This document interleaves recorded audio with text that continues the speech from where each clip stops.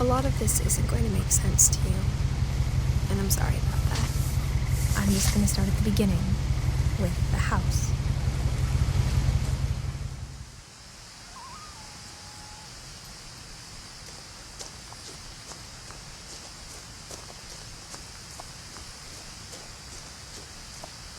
I lived here until I was 11, but I wasn't allowed inside half the rooms.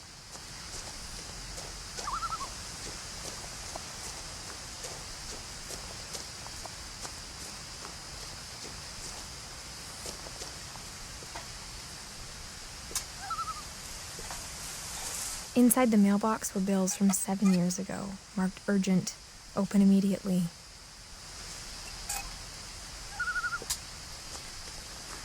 I hadn't been back since my brother Lewis's funeral.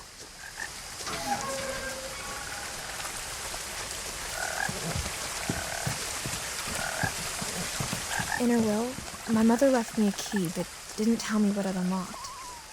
Maybe she thought I'd know, or she thought that the mystery would be enough to bring me back.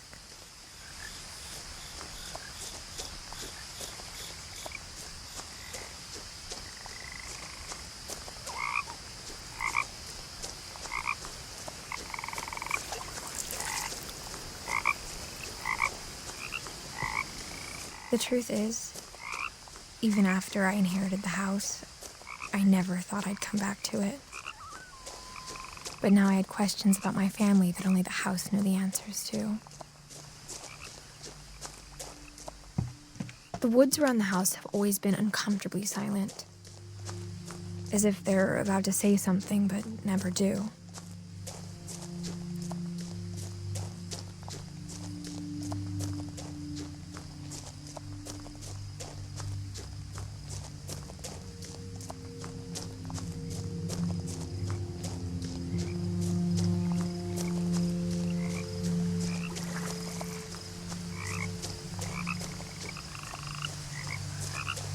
The house was exactly like I remembered it, the way I'd been dreaming about it.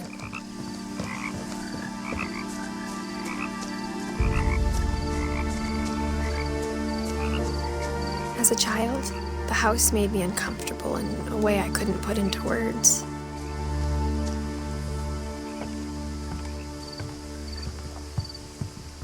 Now, as a 17-year-old, I knew exactly what those words were. I was afraid of the house. I hoped the key might unlock the front door. It didn't.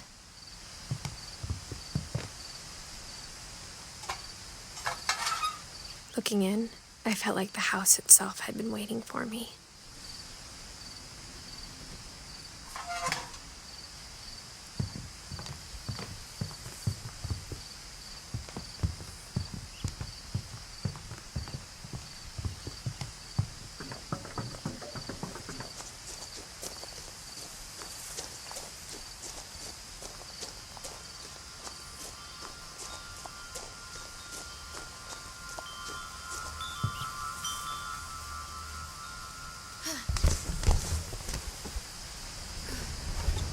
Crawling through the doggy door used to be a lot easier when I was 11.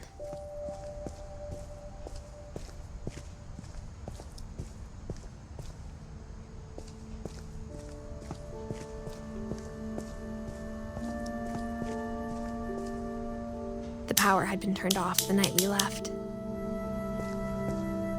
For the first time in years,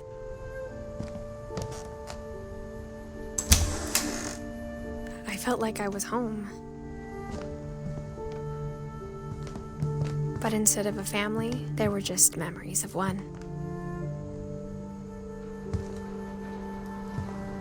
Like how after Louis started working at the cannery, we all got sick of eating salmon, except our cat, Molly.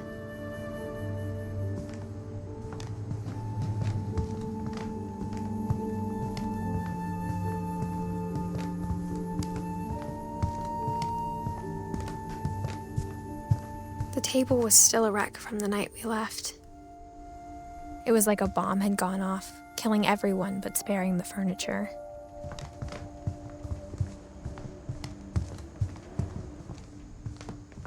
My mom was the only one of us who could imagine Great-Grandma Edie living in a nursing home.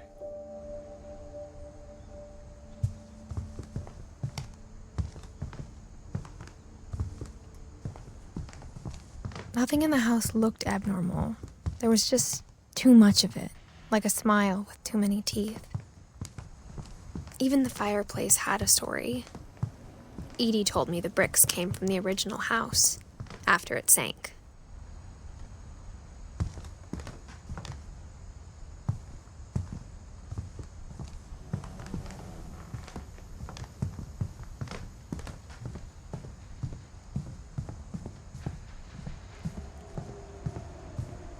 My mom wasn't much of an optimist, but she never stopped believing that my brother Milton was alive.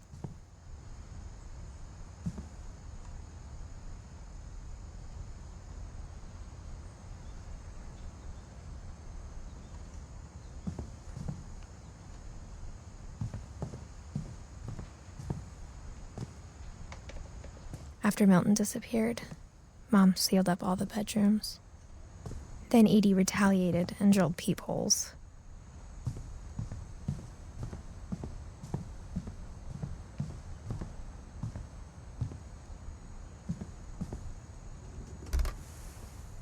Barbara was a child star for 2 years, until America grew out of it.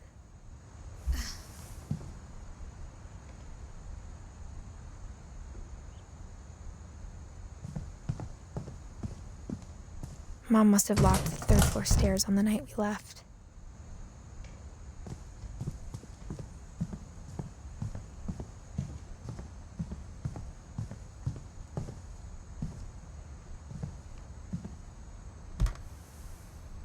The last time I was in Edith Sr.'s room, I was 10 and she was painting my portrait.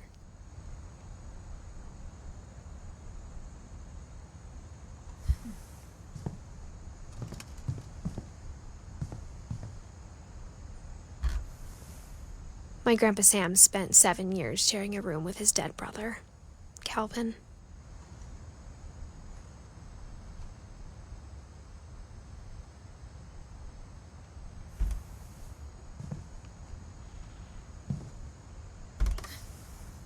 As a kid, I just assumed every house had peepholes and sealed rooms you weren't allowed inside of.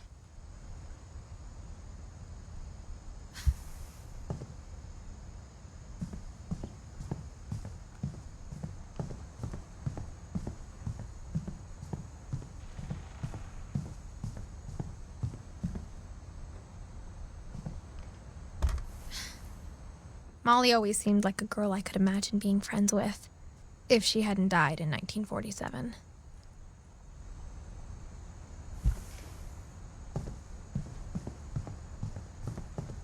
I spent a lot of time playing in Great Uncle Walter's room.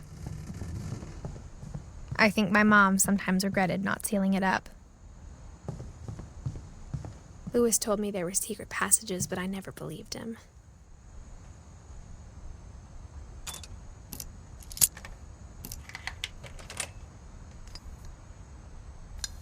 Turns out, my mom was really good at keeping secrets. Now it was time to find out what my mom had been afraid of. From the paintings on the wall, it was clear my brother Milton had been here before me. Reading this, maybe it sounds like I had a plan.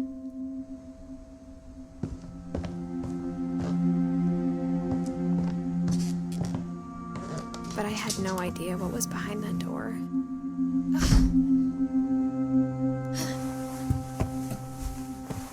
Just like I had no idea where all this was gonna lead.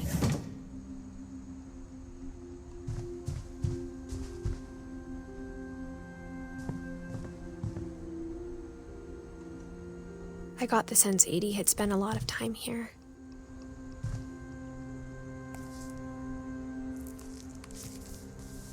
December 13th, 1947.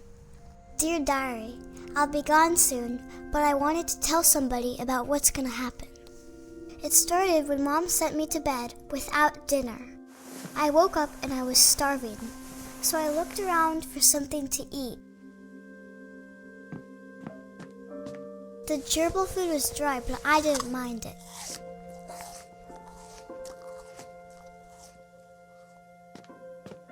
My Halloween candy was all gone.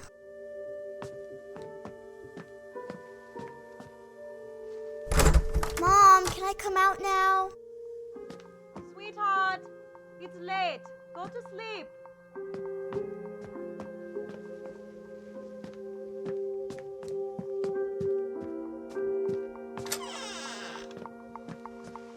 I kept eating and eating.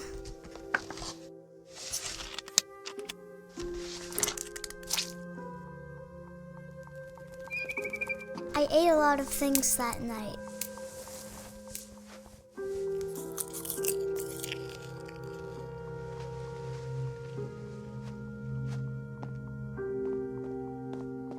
Then I heard chirping outside my window. It was a barn swallow going back to her nest. I reached out for her.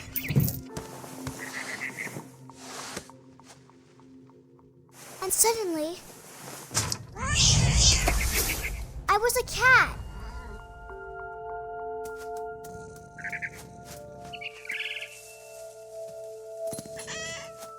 I tried to be quiet, but the bird was really scared.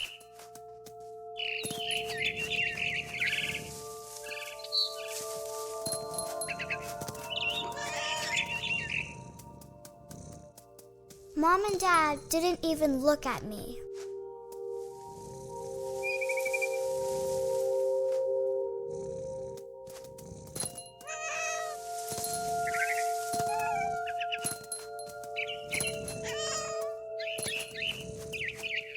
I jumped and I almost got her.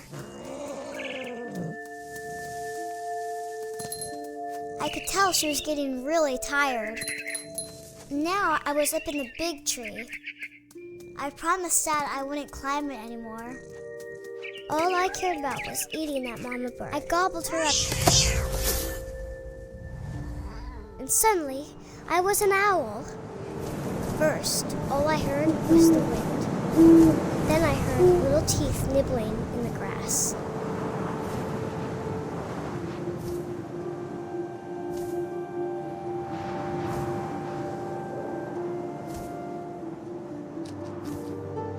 Rabbits.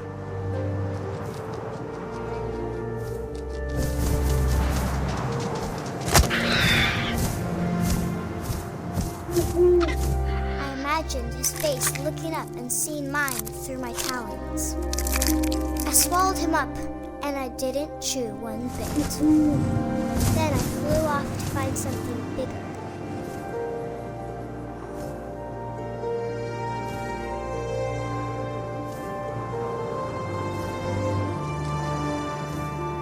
A mama rabbit.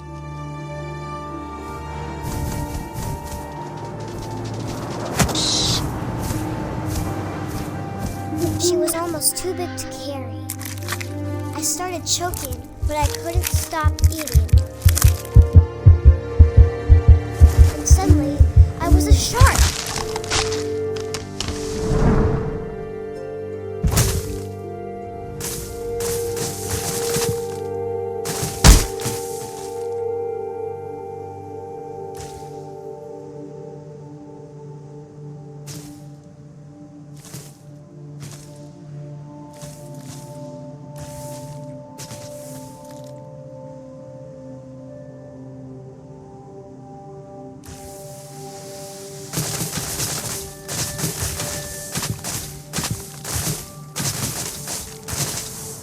rolled off a cliff and into the ocean. Now, I was hungrier than ever.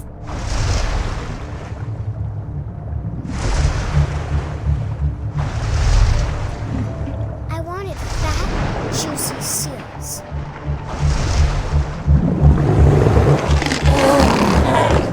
I tore off her flipper, and it tasted really good.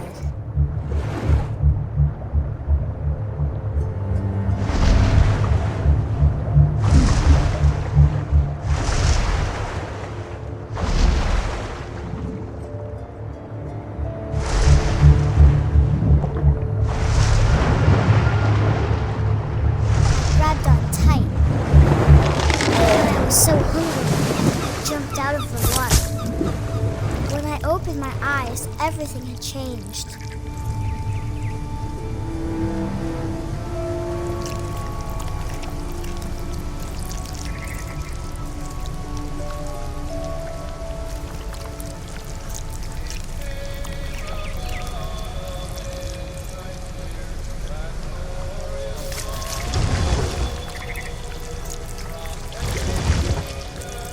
Now I was a monster, and I smelled people everywhere.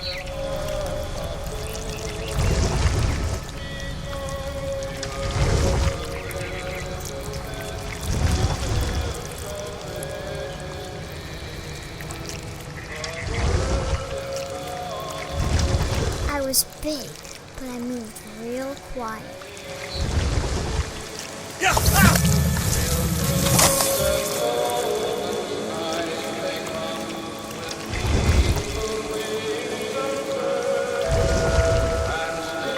To stop, but also I didn't.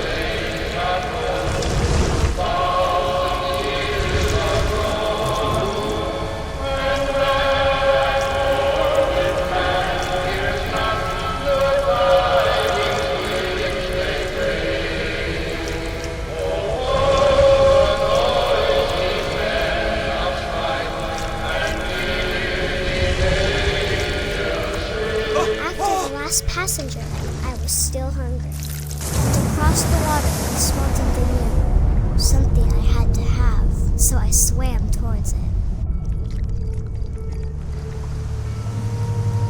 I slithered onto the sand, and the good smell went into an old pipe.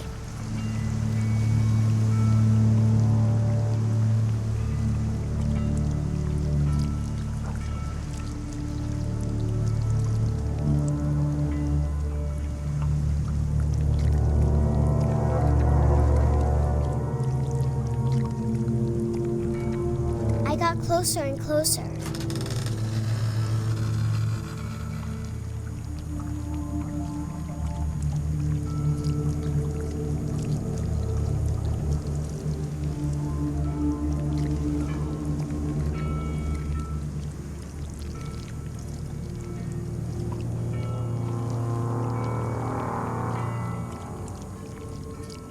All my stomach started growling. And suddenly, I was me again. I held my breath for a long time, but I couldn't hear anything. I think it's waiting for me to fall asleep. But it's not going to wait much longer. It needs to feed, and we both know I will be delicious.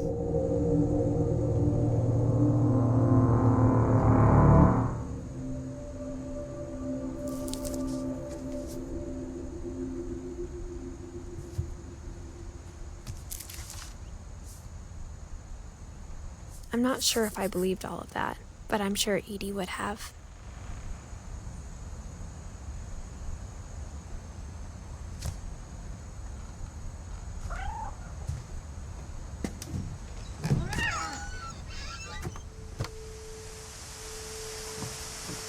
This will be obvious later, but my mom never told me any of these stories.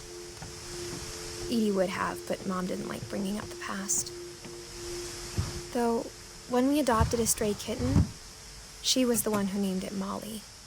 I spent a lot of time in Great-Grandma Edie's room. We got along, and it was a good place to hide from my mom. Her room was like a museum.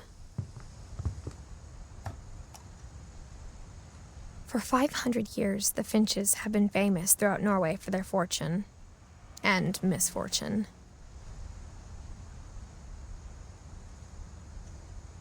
Odin Finch buries the latest victims of the family curse, his wife Ingeborg and their newborn son, Johan.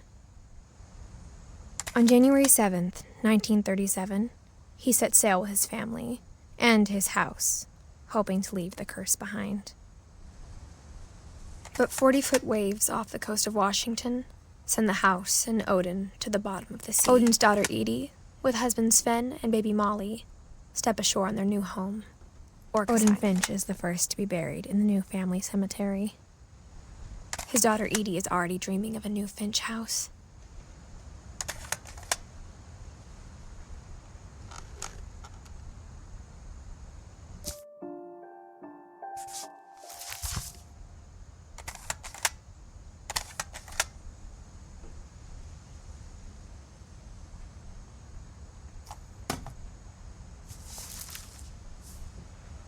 Whatever's wrong with this family, it goes back a long ways.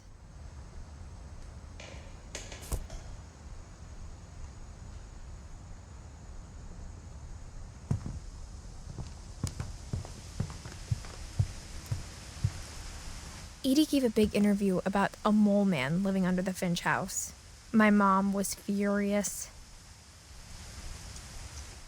I hadn't thought of myself as Edith Jr. for a long time.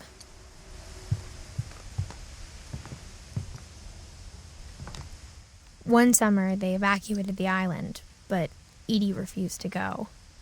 For a few weeks, she was a celebrity.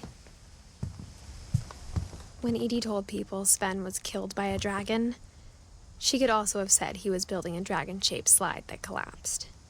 She could have, but she didn't. Even in her 90s, sometimes Edie seemed a lot younger than my mother.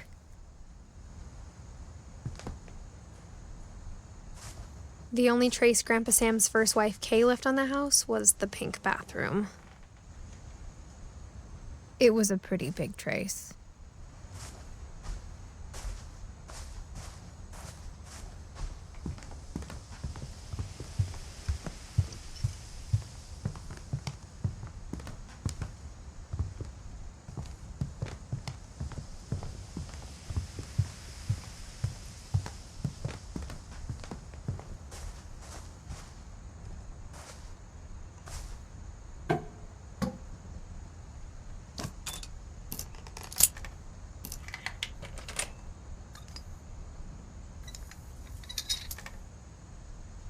There's a secret in this bathroom. It's in the last place you would look. It isn't in the cupboard. It's hidden in this book.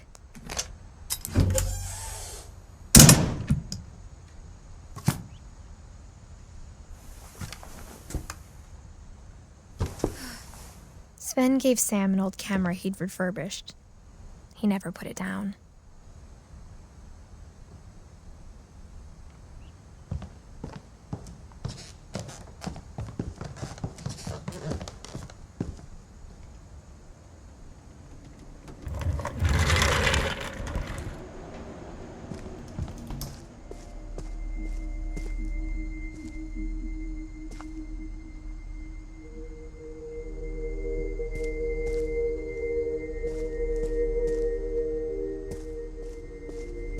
I knew Grandpa Sam had a twin, and that he never talked about him. I guess my grandpa didn't like history any more than my mom did.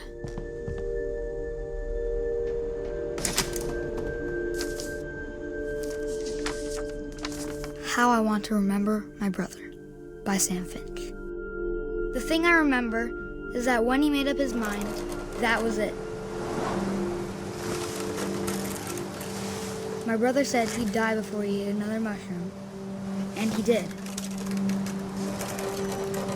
At Barbara's funeral, we swore we'd never be afraid again, and he wasn't. I think Calvin always wanted to fly. Sam! Calvin! Dinner's ready! Coming! But that day, he finally made up his mind to do it. I told him going around was impossible. Maybe if I hadn't said that. Calvin! I'm not gonna tell you again! Maybe if the wind hadn't picked up. Then maybe he'd still be here. But I doubt it. I think he'd already made up his mind. That's what I want to remember about my brother.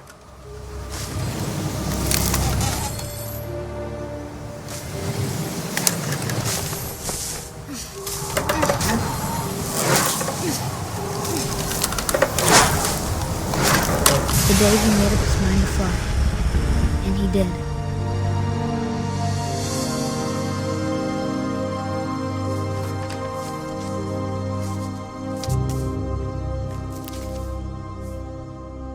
Calvin's story felt strangely familiar.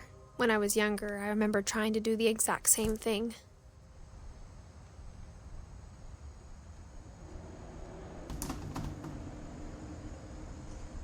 After the funeral, Edie roped off Calvin's half of the room.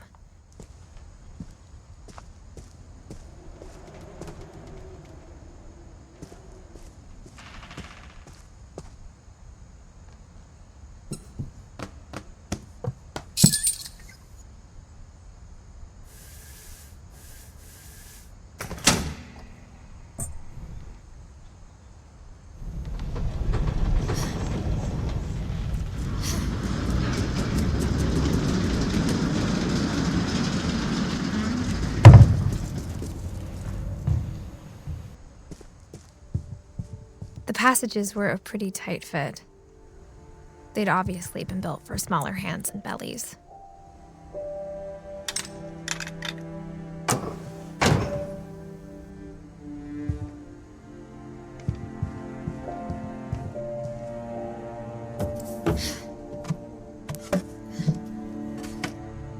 Growing up, I always thought of Barbara as a child star.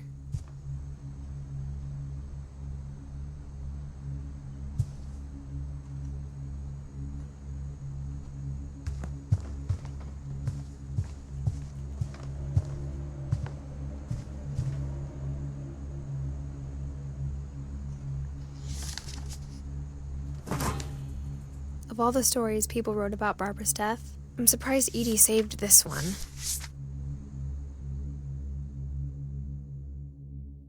Old Jack here with another ghastly tale inspired by America's most unfortunate family. I'm calling it The Surprise Ending of Barbara Finch. As a child star, Barbara was famous for her scream. Now at 16, she was all washed up. A has-been. But in a lucky break, she'd been asked to perform her signature scream at a local convention for monster movie fans. It was just the boost her career needed. Unfortunately, her scream hadn't aged well. Getting better. I think you just need the right motivation. Her biggest fan and current boyfriend, Rick, was about to demonstrate when... Now that was a great scream. It was Barbara's father, Sven. He'd slipped into a table saw and had to be rushed to the emergency room. So Barbara got stuck babysitting her youngest brother, Walter. Her convention comeback was cancelled. Okay, I'm hearing frustration, but I'm not hearing terror. What if I tried... A gang of hoodlums in Halloween masks have been terrorizing Orcas Island tonight. Police are urging residents to... That came from the basement. You're right! Also, I loved your delivery on that. Why is your basement door locked? Because my dad likes making puzzles and secret passages. There's a key hidden in the music box. The secret is to keep winding and winding until finally the key pops out. Thanks, babe. I'll be back in a sec. 20 minutes later, Rick hadn't returned. So Barbara went to look for him, right on cue. She reached for the music box.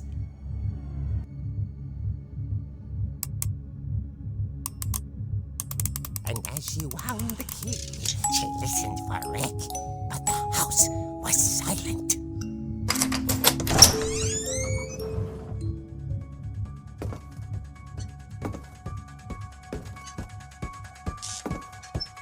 She found Rick's crutch and imagined the worst.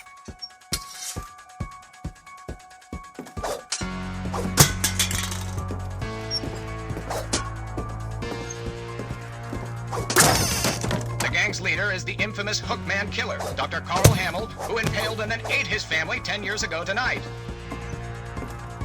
The old fridge rattled and grew still. Oh dear! Oh! Rick? Barb, relax. I was just trying to scare you to help you find your scream. Well, I'm not scared, Rick. I'm furious. Then act furious. All I'm getting from you now is that you're hurt and confused and She threw him out, but she kept a little something to remember him by. Barb, have you seen my other crutch? And she was still holding it when she fell asleep watching the late picture show. Hours later... Barbara! Walter, what's going on up there? Ah! Okay, I'm coming up, but if this is a trick, you're dead, Walter.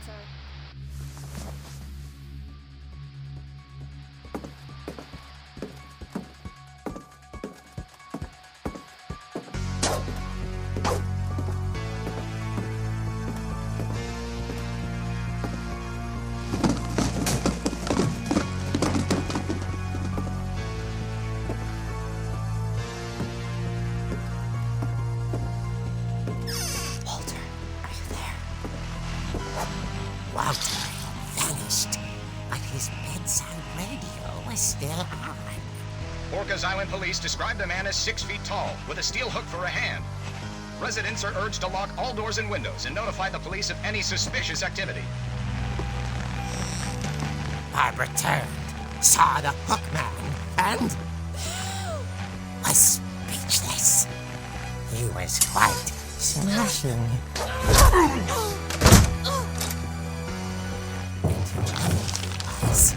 He couldn't get enough of Barbara.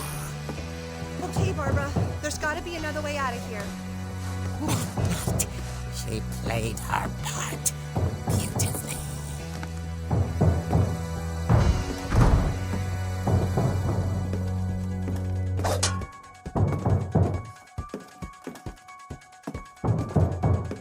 Molly's door hadn't been opened in years. The hinges groaned.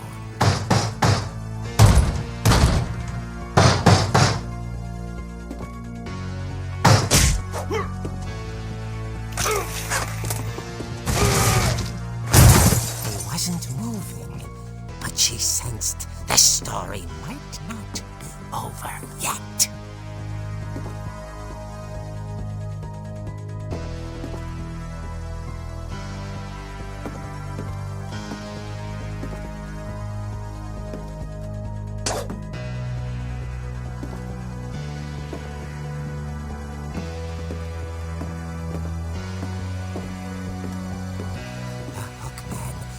vanished. She listened for his breathing, but all she heard was...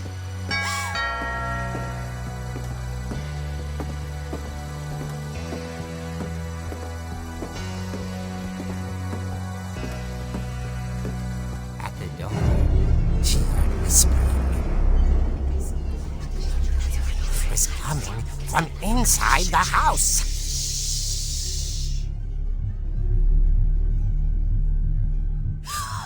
Oh dear.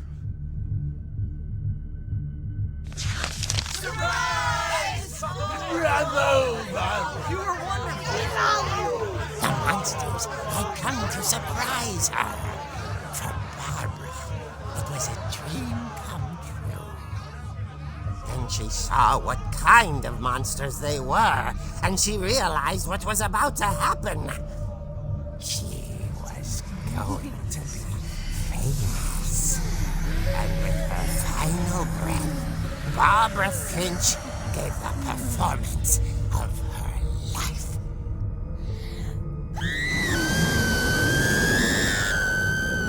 I wasn't there myself, but I hear Barbara was magnificent. Poor girl. She had a taste for stardom.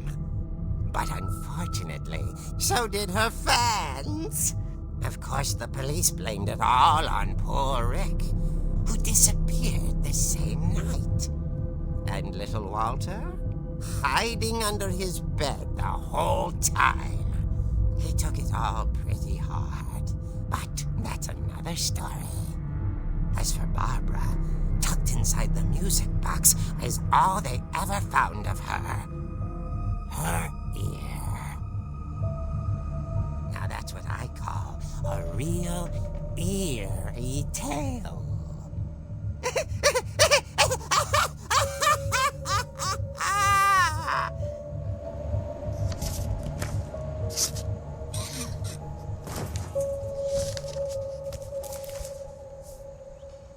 Edie told me all Barbara wanted was to be remembered, as absurd as that comic was.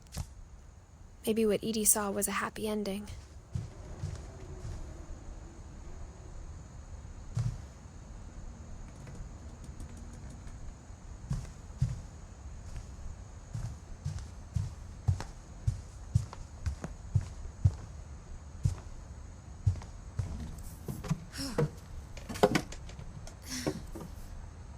I guess now I know why Mom didn't like me playing with the music box.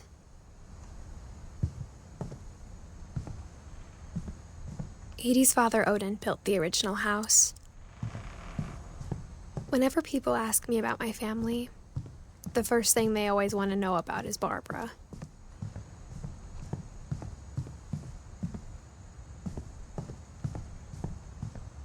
It's funny. All those times I played with the music box and never found the basement key.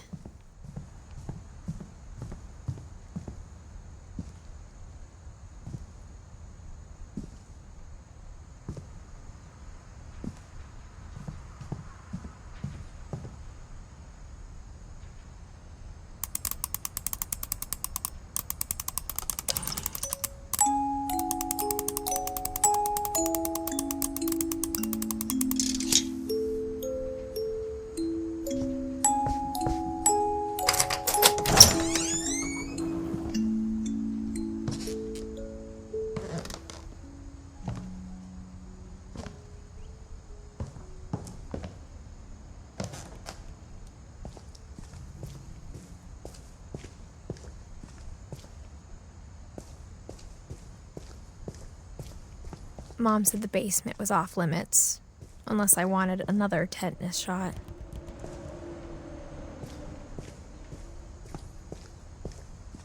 I saw Edie sneak down to the basement once, carrying packages. I thought maybe she was hiding presents.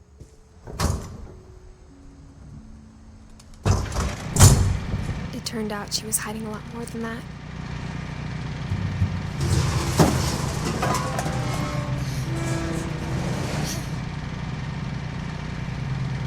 I remember asking Mom once about where Walter had gone.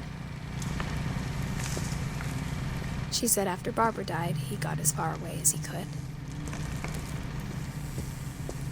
If there's a pattern in all these stories, I think it's that none of us has gotten very far.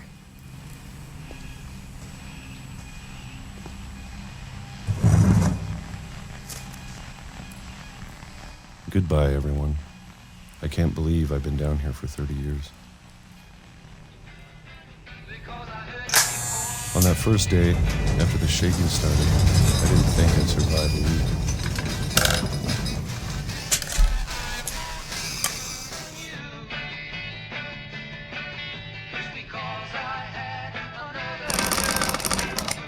But after a few days, I settled into a routine.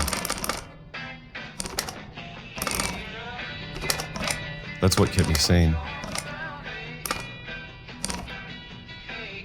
Having a schedule, living for today.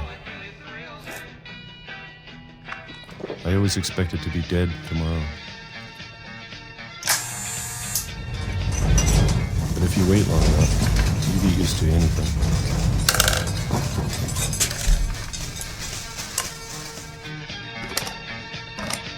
Even a monster on the other side of a door starts to feel normal. Almost friendly.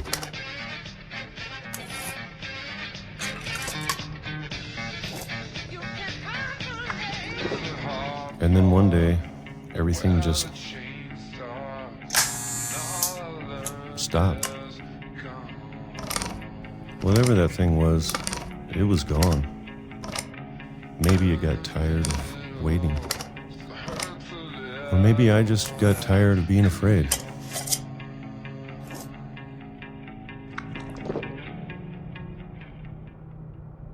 It's been a week now, the longest in 30 years. I'm done waiting.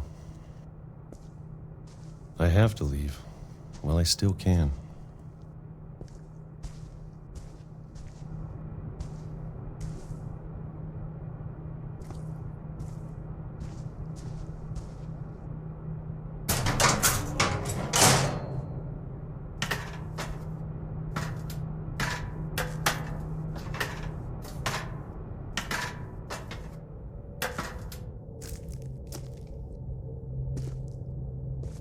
I know it's out there, somewhere.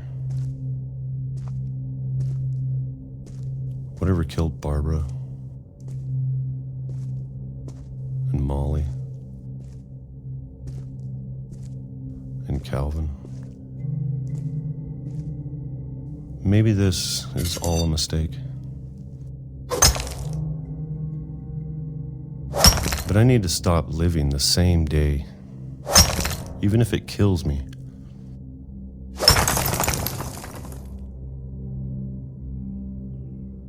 Whatever's out there, I want you to know I'm ready for it.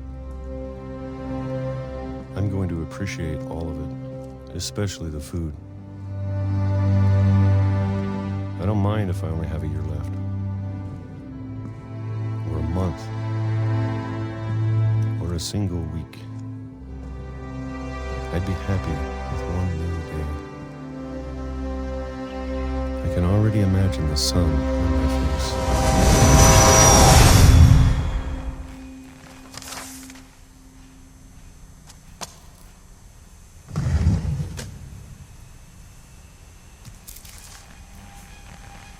Walter died when I was 6. I can't believe my mom never told me he was down here. I'm sure my mom was trying to protect me.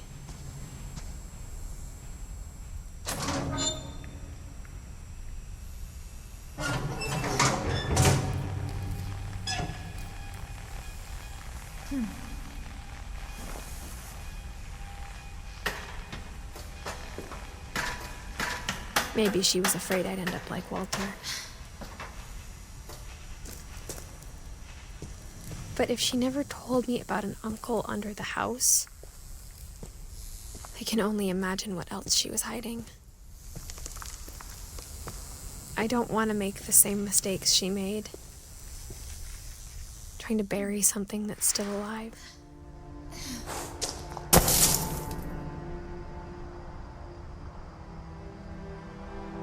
that there's only one of us left, or maybe two, I thought it was time I heard the stories for myself and found out what happened to everyone else. But now I'm worried the stories themselves might be the problem.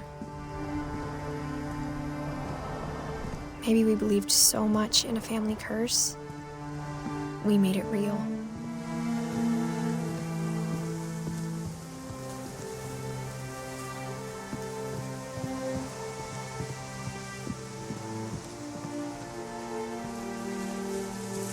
I don't know if I should even be writing this.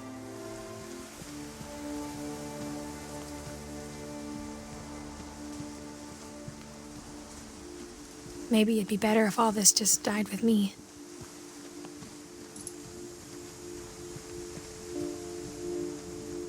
But I thought you should know about your family.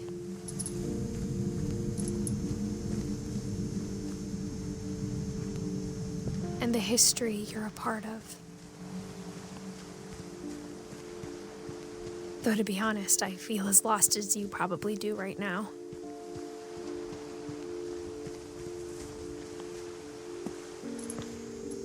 I think the people in these stories believed them, for what that's worth.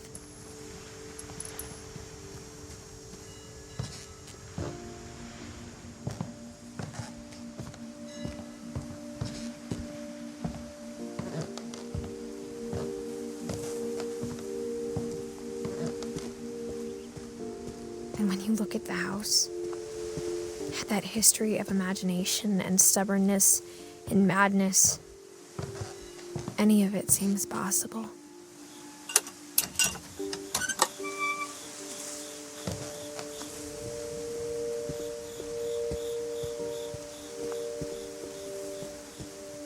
I think we've been surrounded by death for so long, we've just gotten used to it.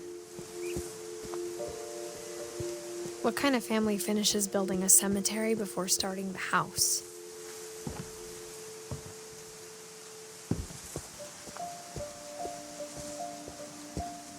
It's embarrassing for me to admit this, but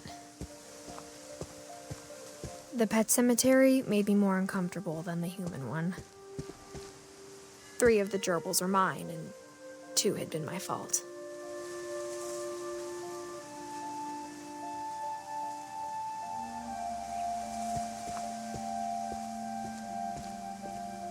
Sven built the house, but it was Edie who designed the cemetery.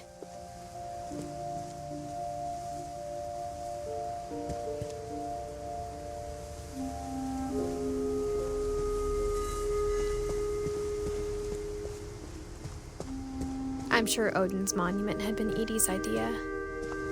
My mom was always trying to move on, but for Edie, the past never went away.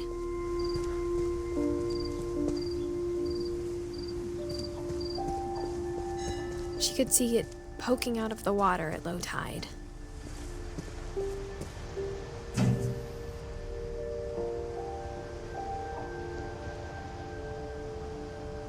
Edie said she dreamed about the old house every night.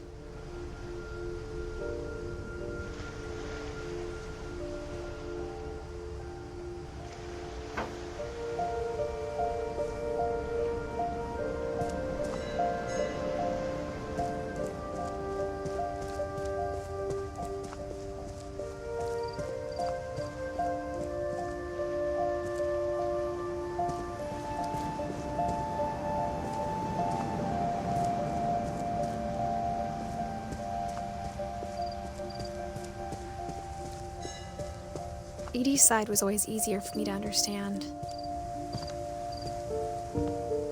But the older I get, the more I can see where my mom was coming from.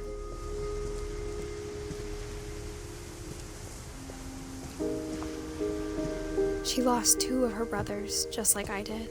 I get why she tried so hard to protect us.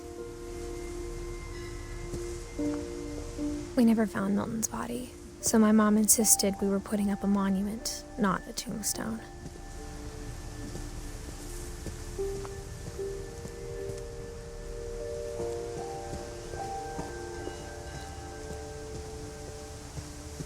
There's so many things I wish I could ask my mom now. Part of me thinks this is what she wanted all along. For me to come back someday and find everything out for myself.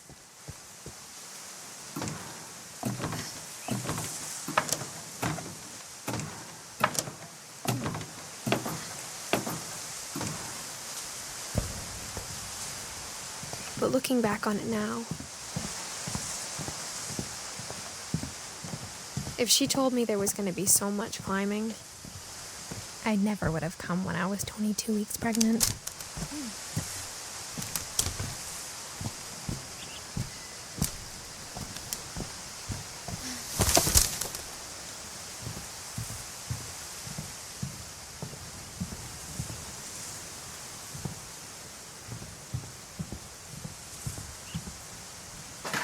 I never met Grandpa Sam, but I think he and my mom had a lot in common.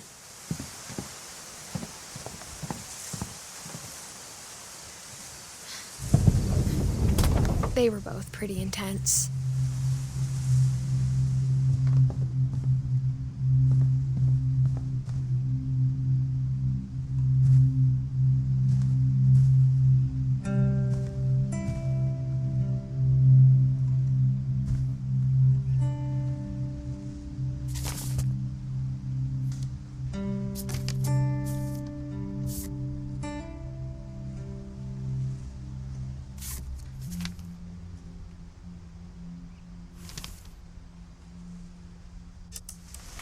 Dawn, I promise, you'll never forget this weekend. Yes, sir. These memories are gonna last a lifetime. Am I gonna have to shoot anything? It's a hunting trip, Dawn. Shooting is strongly encouraged. What? Perfect.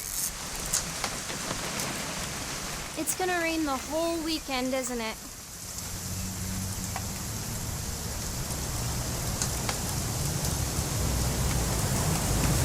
Please just take the damn picture. Hey, language. I will never forget this weekend, Dad. That's the spirit. Okay, got it. I'm gonna take some pictures, okay?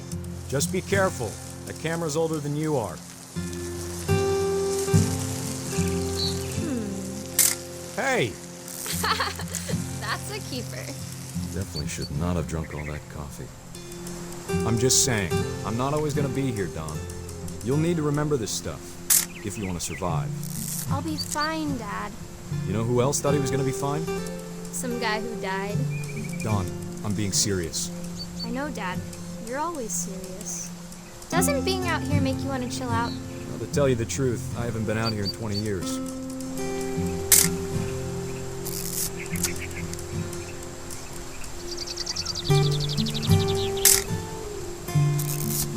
Last time I was with my brother Calvin.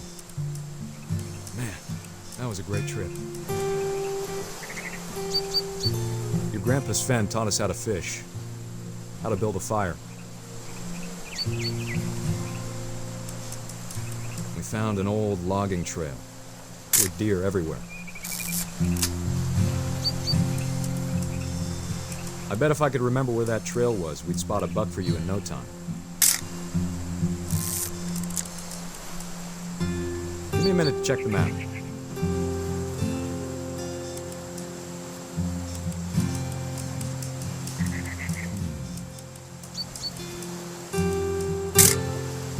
Don, don't you think you could find something more interesting to photograph?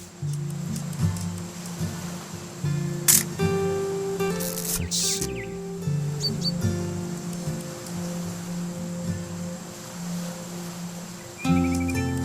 Maybe.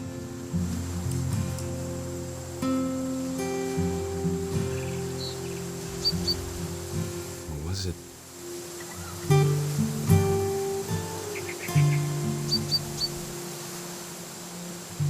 Could have been.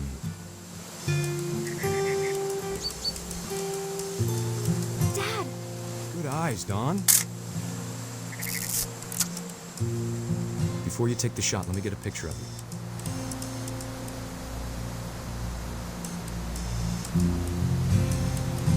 Dad.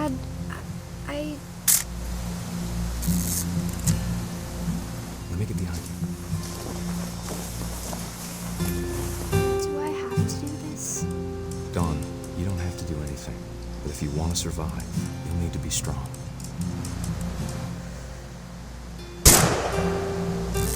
Great shot, Dawn!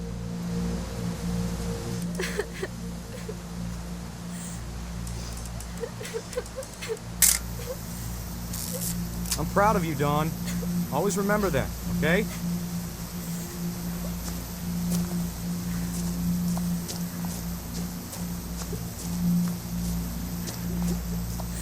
Sorry, Dawn, just gotta reset the timer.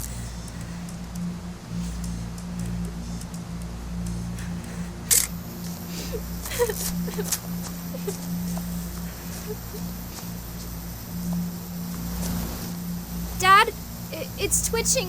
I think That's it's totally normal, Dawn. Just focus on the camera. Try not to think about— Dad!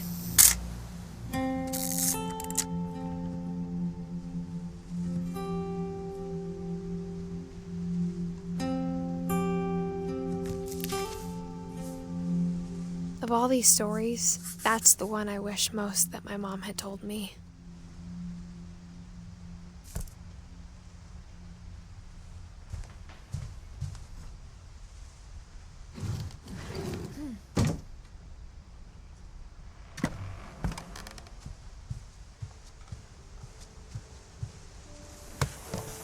After Sam died, my mom and Edie got really close.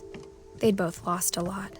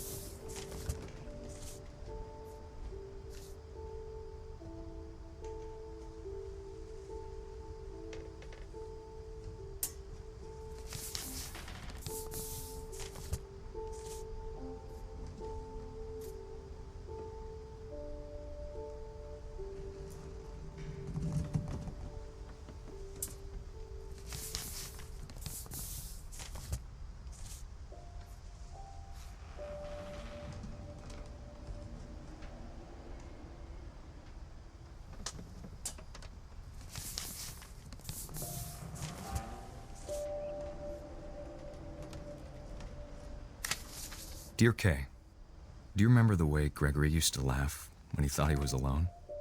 Like something funny was happening, but only he could see it. I think he saw things the rest of us don't.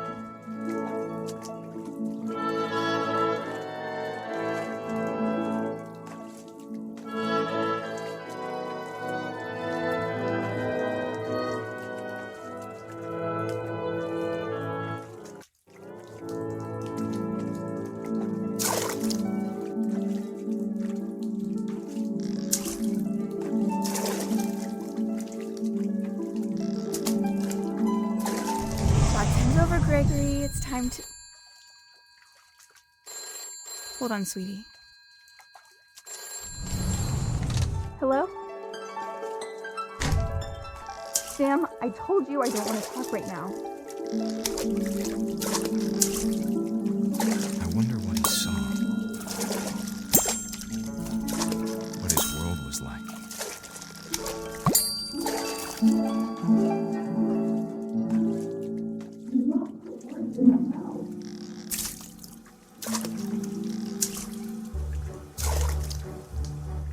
He reminded me so much of Calvin. Lost in his imagination.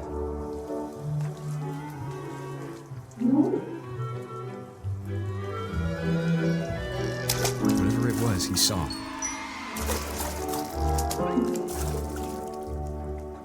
It sure made him happy.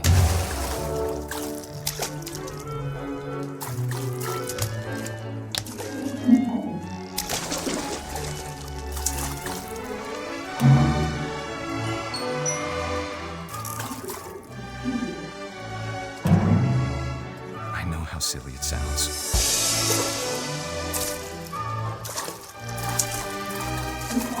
I worried about a baby being bad. But I could feel him slipping away. Sorry about that, Gregory. I know you did everything you could. Maybe if I hadn't called that night. Damn it. Hold on, I don't want Gregory to hear this.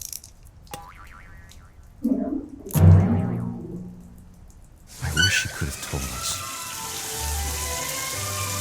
about the world he saw.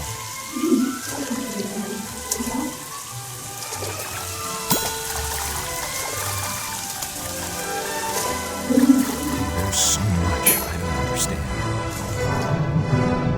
about Gregory, about everything.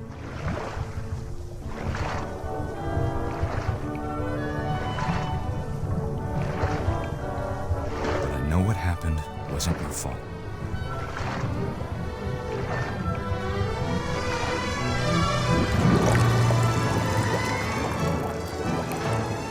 I'm sure he's happy. And he'd want you to be happy too. Good luck, Kay. Love, Sam.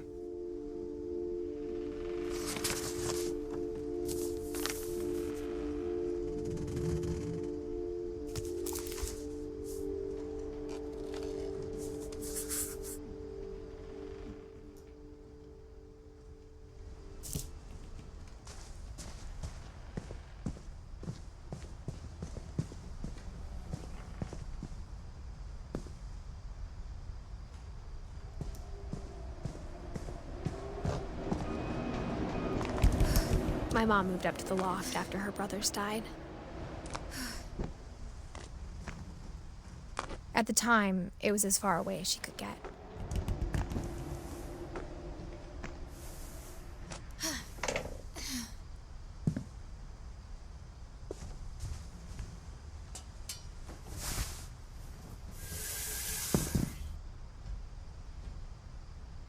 I can't imagine my mom ever writing poetry, and yet...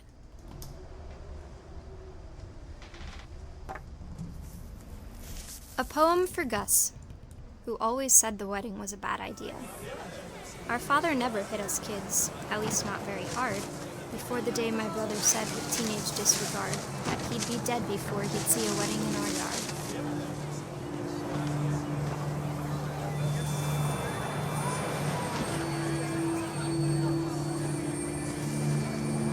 My father made him come, of course, but Gus stood far apart, just flew his kite and bottled up the storm inside his heart.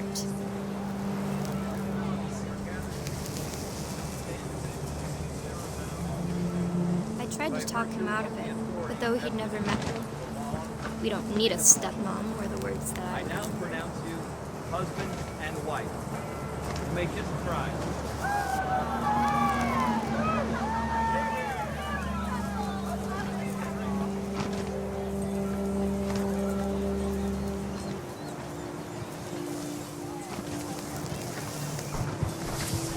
When the time for photos came, Dad ordered him to come here. But Gus declined, and as a sign held up his middle finger.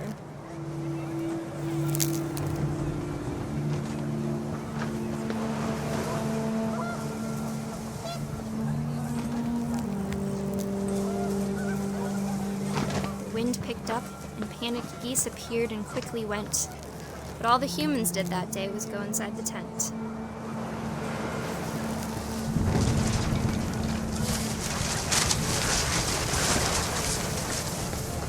The rain came down in buckets then, but no one seemed afraid that nature might destroy the tent our dad had crudely made. The thunder sounded much too close and full of angry power, but all my father said to this was, "Make the music louder."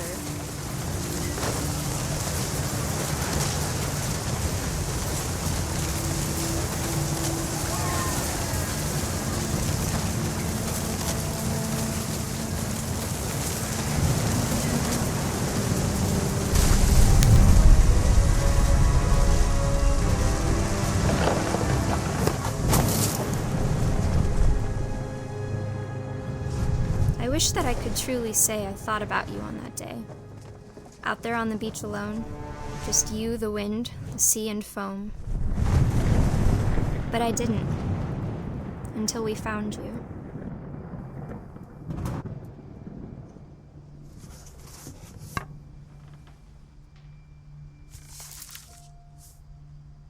She never talked about him, but Mom told me once if I was a boy, they were going to name me Gus.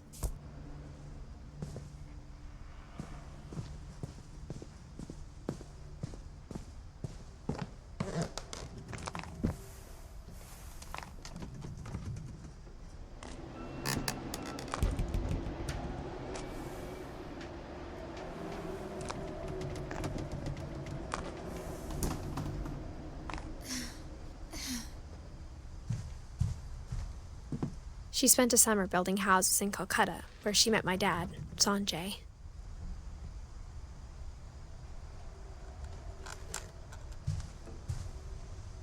Religion was another thing my mom never talked about, but I think it helped her a lot after her dad died.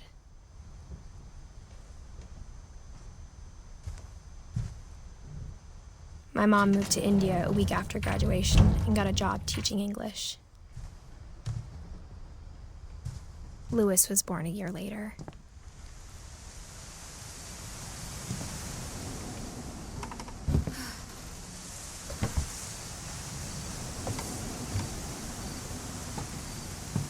When my dad died, I don't think Mom knew where else to go.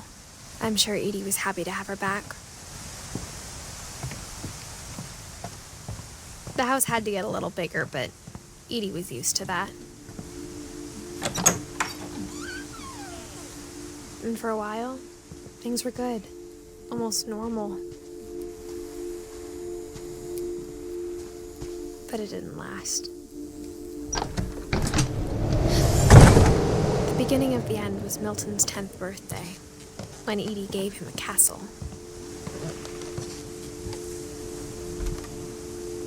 After Milton disappeared, the only thing he left behind was a room full of paintings.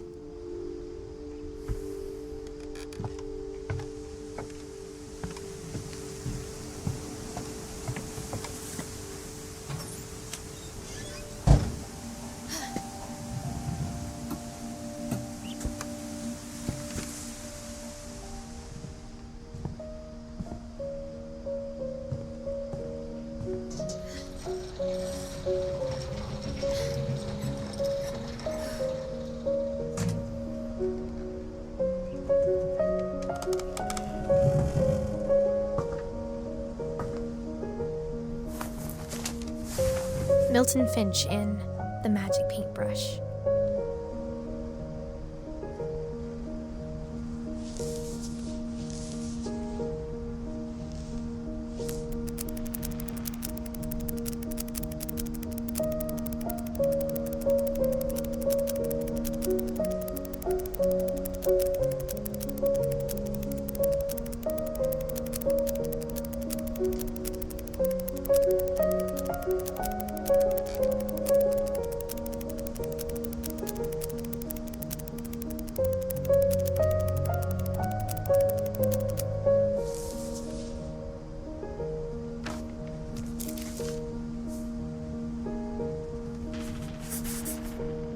I was 4 when Milton disappeared.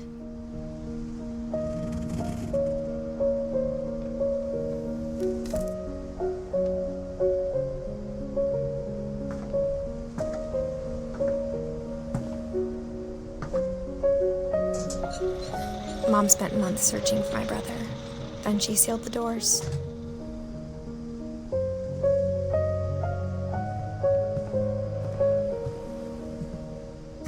Whatever Milton had found in the house, Mom didn't want it getting out.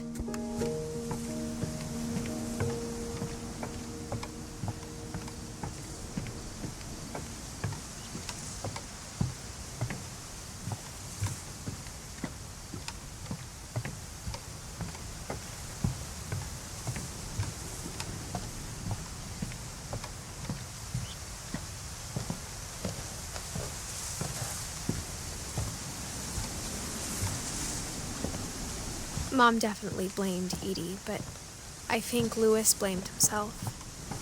After he graduated, he just spent more and more time in his room, until Mom got him a job at the cannery.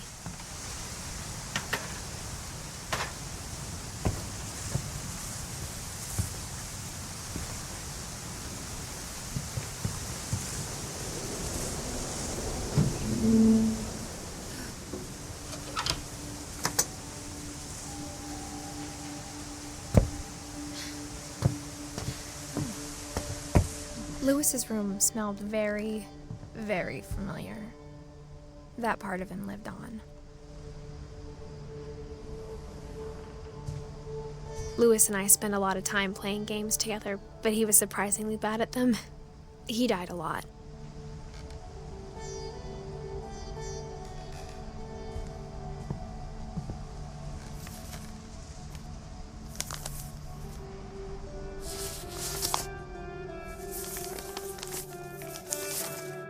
Dear Mrs. Finch, as Lewis's psychiatrist, I can understand your desire for an explanation.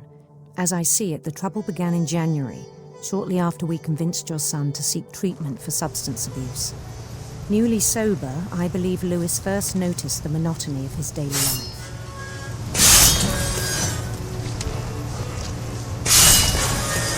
He kept working at the cannery, but he withdrew part of himself. In our sessions, I saw the same behavior. His mind began to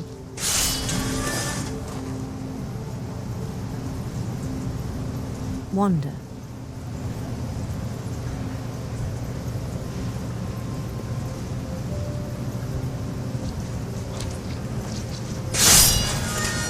I asked him to describe it. He said he started small, imagining a labyrinth.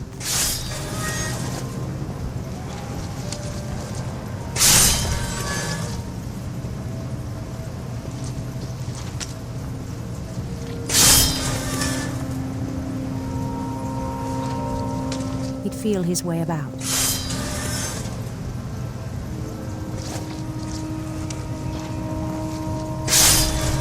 Then something moved. Bats and toads.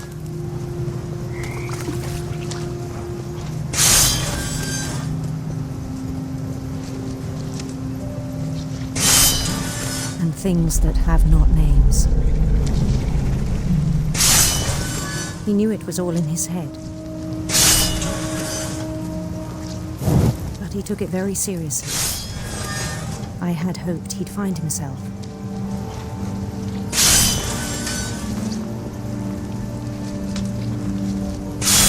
But he found something more. I worried about him then. Daydreaming at the cannery. I spoke with his boss. But he said Lewis had become a model employee. Methodical, tireless, focused. Like a whole new Lewis. So I let him go on.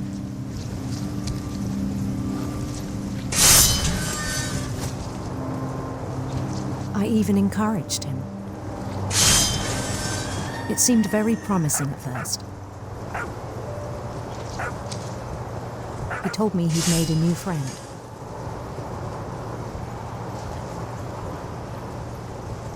On the edge of a city he named Lewis-topia. He built the city up slowly, brick by brick. Then he made musicians.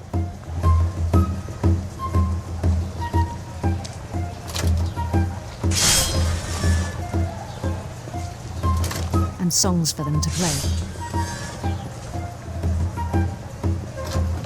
He talked about starting a band.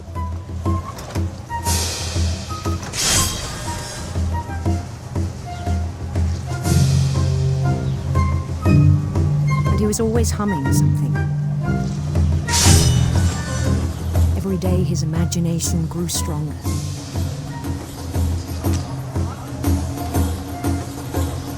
He no longer spoke at the cannery. but his chopping was as reliable as ever. Then one day it struck him that all the cheering crowds, even the stones under his feet,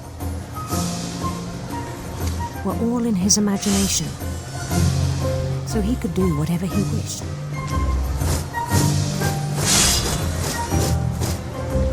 He held an election for mayor, and he won. They begged him to stay, but his mind was already wandering. It became a game for him.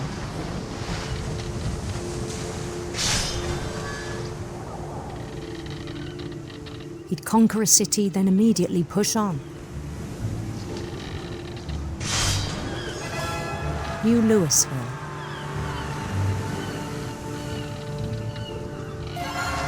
St. Louis. He started drifting away from our reality.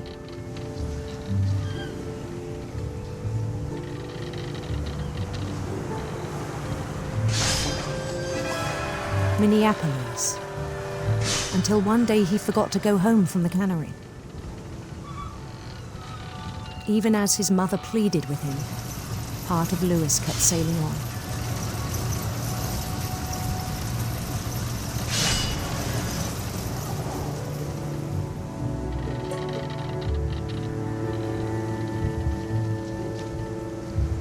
In Louisburg, he heard rumors of a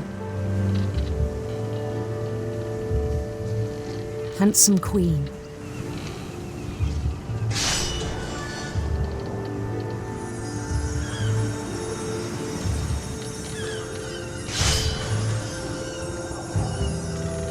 The queen was on her own quest for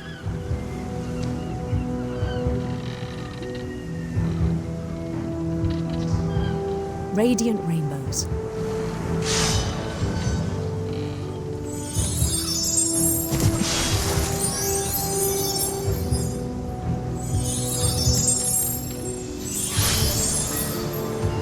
He followed the sound of her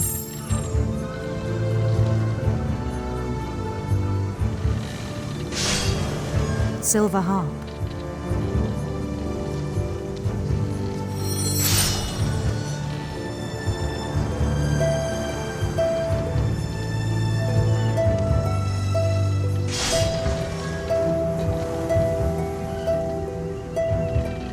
His chase led him to a golden palace east of the sun and west of the moon. Even then, his logic remained sound.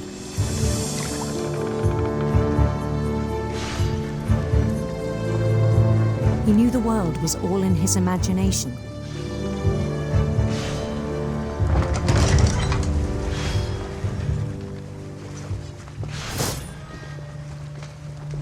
But he was so proud of having created it. In his own eyes, he'd become something greater than a king.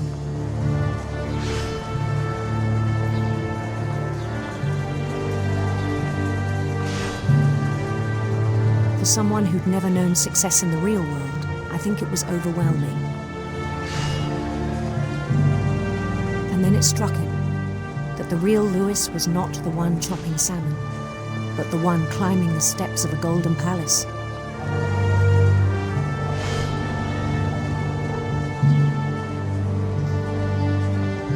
My imagination is as real as my body, he told me.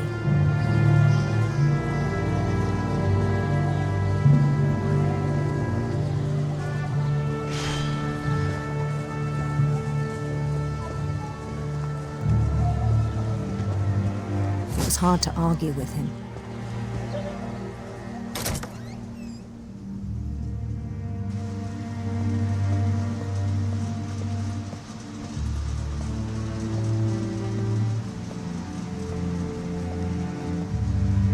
Began to forget the world we know.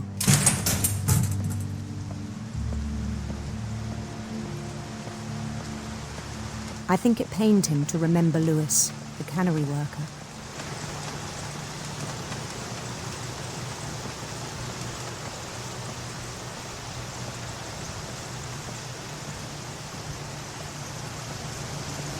he began to despise the man with a royal contempt.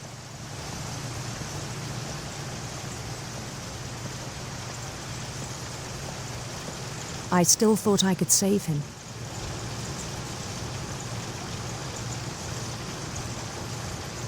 Even after he said he was being crowned king over all the lands of wonder.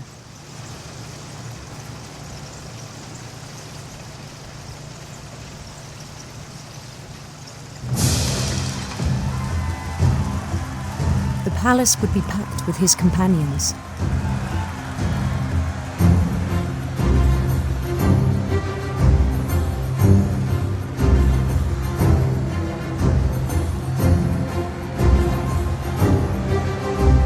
Including the wise Calico who'd insisted on advising him.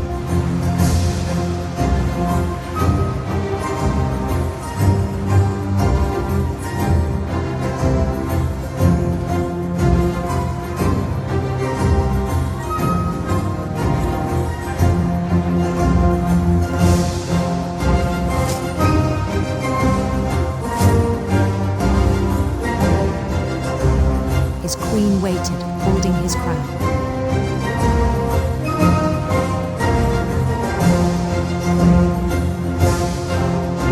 There was only one thing left to do.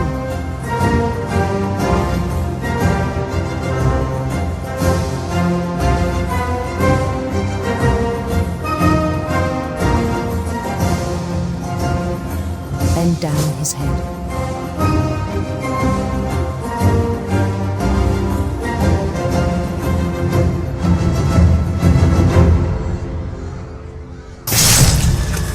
I think you know. Mrs. Finch, your son was a kind man who will be missed by all of us who knew him.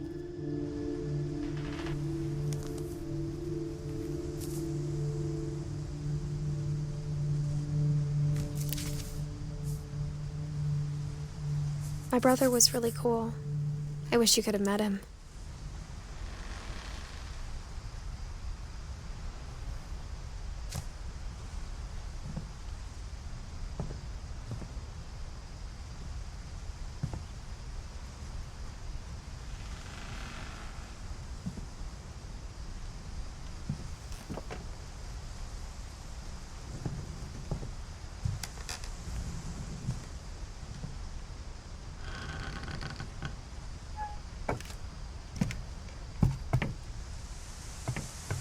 On the way back from Lewis's funeral, my mom told me to start packing. She waited until the day before we left to tell Edie. I'm not sure if she wanted to make it easier or harder.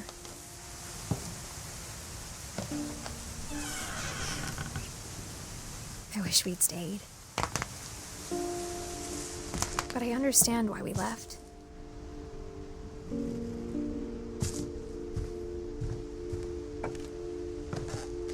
My mom ended up leaving everything behind.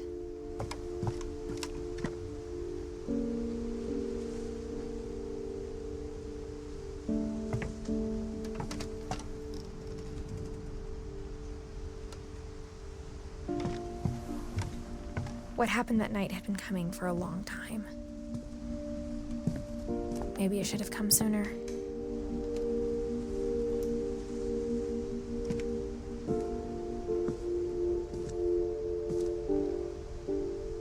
But it had to end one way or another.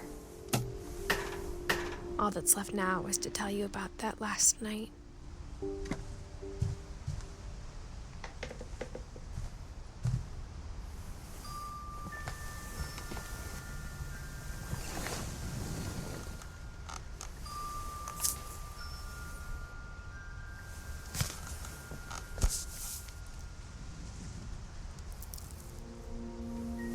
That whole last day, Edie just watched us pack and didn't say a word. Until supper, when she raised her glass and said, "To our final night together, and all our final nights apart." Grandma, you know what I said about alcohol. Some of your medications are very Edith, specific. I left a present for you in the hallway. Why don't you go open it? The grown-ups have to argue now. I'm sorry, you're right. We're all leaving tomorrow. Let's just enjoy our last... I'm not leaving. Edith, you're excused.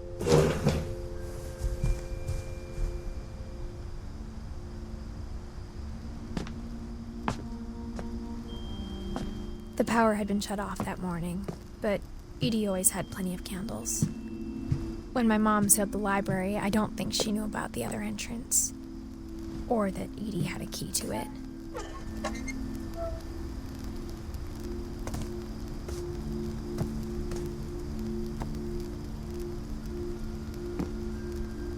That thing you're afraid of isn't going to end when you leave the house. Edith has a right to know these stories. My children are dead because of your stories. I think it's best if Edith and I leave tonight. We'll have the nursing home send a van for you in the morning, okay?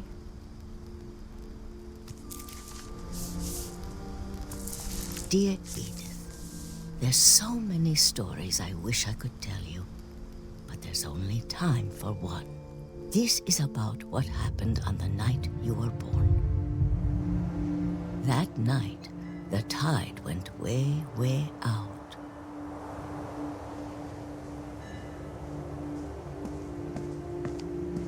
It was the first and last time I ever saw the old house aground. There'd been an earthquake out in the middle of the ocean. They called it the lowest tide in 1,000 years. God, it smelled awful. You know, I've seen that house every day of my life.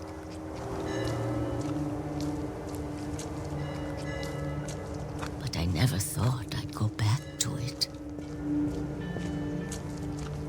When the fog rolled in, I lost my way.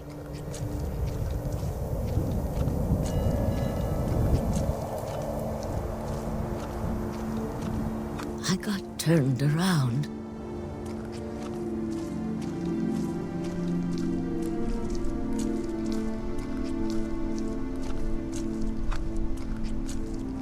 For a while, I wandered.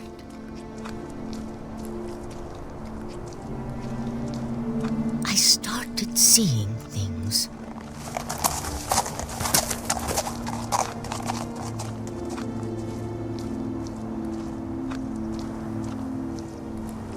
Things I'd forgotten had ever existed.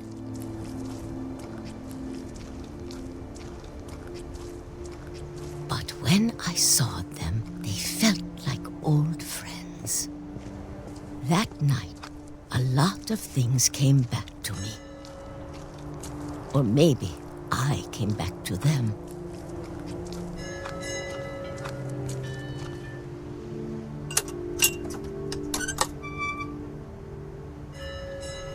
Things I can't explain, but that I need you to try and... Edith, what are you doing in here? It's mine. Edith! Mom, you're gonna rip it! Let go! I kicked and screamed, but Mom dragged me to the car. I never saw Great-Grandma Edie again. The next morning, the van came to pick her up, but she was already gone. After that, we moved around a lot.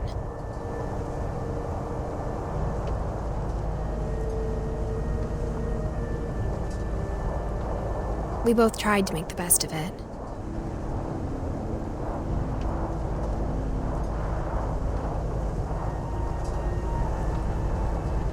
A few years went by.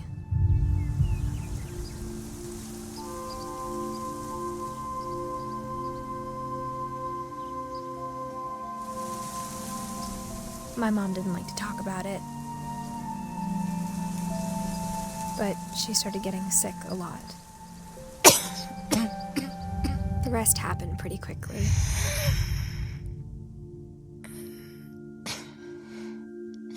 She got better for a while, and then she didn't. And then I was alone.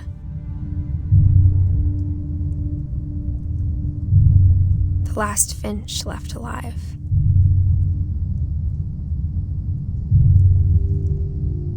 until I found out about you. I'm still not sure what to tell you about all this. If we lived forever, maybe we'd have time to understand things. But as it is, I think the best we can do is try to open our eyes and appreciate how strange and brief all of this is. This journal was supposed to be for you. But now I hope you'll never see it. I just want to meet you and tell you all these stories myself. But I guess if you're reading this now, things didn't work out that way.